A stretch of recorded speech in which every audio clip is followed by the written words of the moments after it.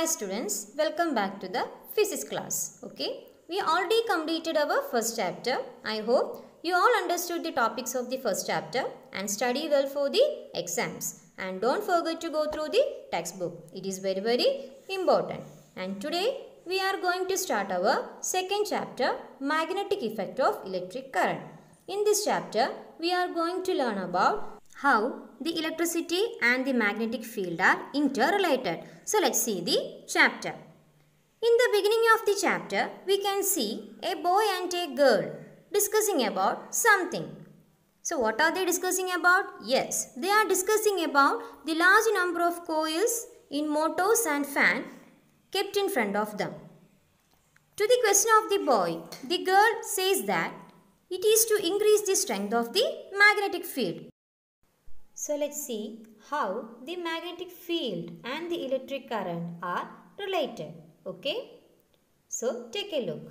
So let's begin with an experiment of Hans Christian Ørsted. Hans Christian Ørsted, one of the leading scientists of the 19th century, played a crucial role in understanding electromagnetism. The field which deals with the magnetic effect with electricity is called electromagnetism. In 1820, Hans Christian Ørsted proved that electric current can affect a compass needle through an experiment that was never performed before. In his experiment, he placed a compass underneath, that is below a wire, and then turned on electric current. The needle of the magnetized compass showed movement. Ørsted recognized the significance of what he had just done. Earlier, magnetism and electricity were considered to be two different sciences, but after Ørsted's experiment, the fact that electricity and magnetism are interrelated is known. Some scientists influenced by this experiment continued with the modern field of electromagnetism.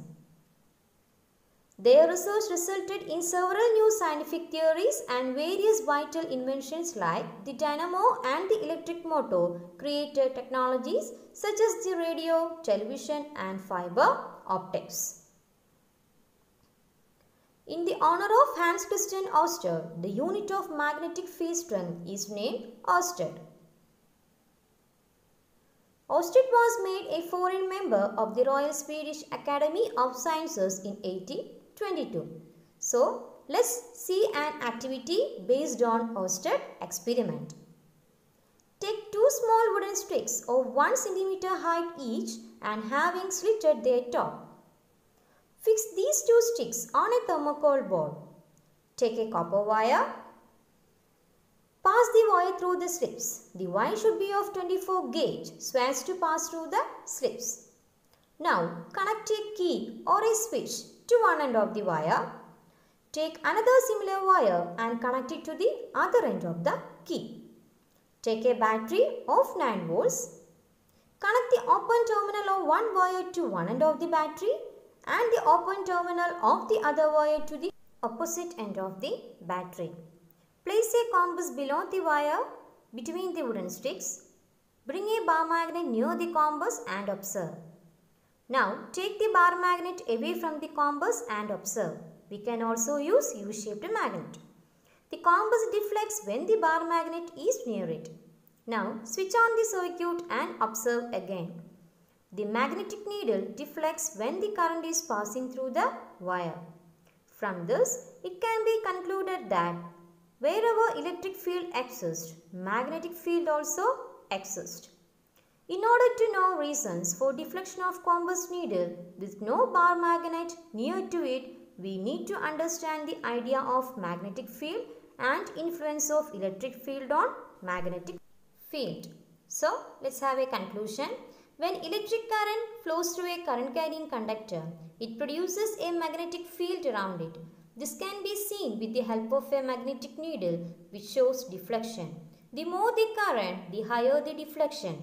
If the direction of the current is reversed, the direction of deflection is also reversed. When electric current flows through a current carrying conductor, it produces a magnetic field around it. This can be seen with the help of a magnetic needle which shows deflection. The more the current, the higher the deflection. If the direction of current is reversed, the direction of deflection is also reversed. So let's have a look on a circuit given on your textbook. Here you can see a circuit above a pivoted magnetic needle in such a way that the part AB of the conductor is parallel and close to the magnetic needle. That is the first figure 2.3a. And in the second figure, the experiment is repeated by reversing the current. Okay. So, in the first figure, you can see the current flows from A to B. We know always the current flows from the positive side of a battery to the negative side. Okay. Here the direction of current from A to B. And can you guess which is the direction of the deflection of the magnetic compass? Yes.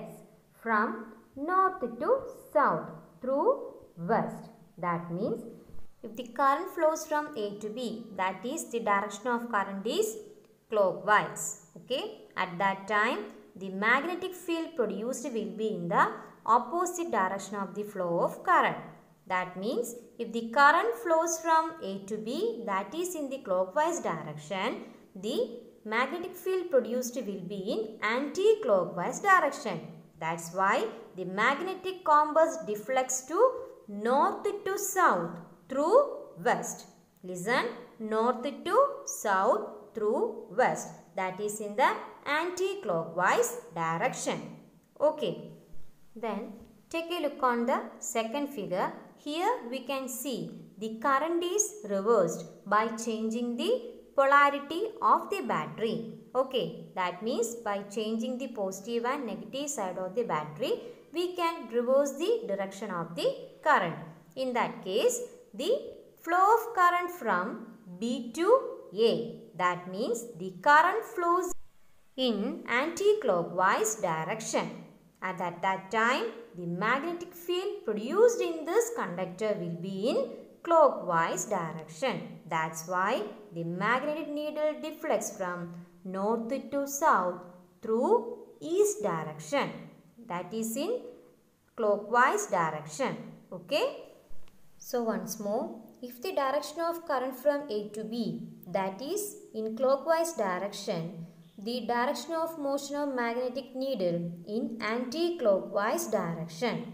Okay, that is in opposite direction. Then direction of current from B to A, that is in anti-clockwise direction. At that time, the magnetic needle deflects in clockwise direction. From this, we can conclude that the magnetic field produced opposite to the flow of direction of current. Okay. So, the next one is the right hand thumb rule. So, let's see what this rule states there. This is the rule for straight conductors which carries current. Okay. So, let's have a look.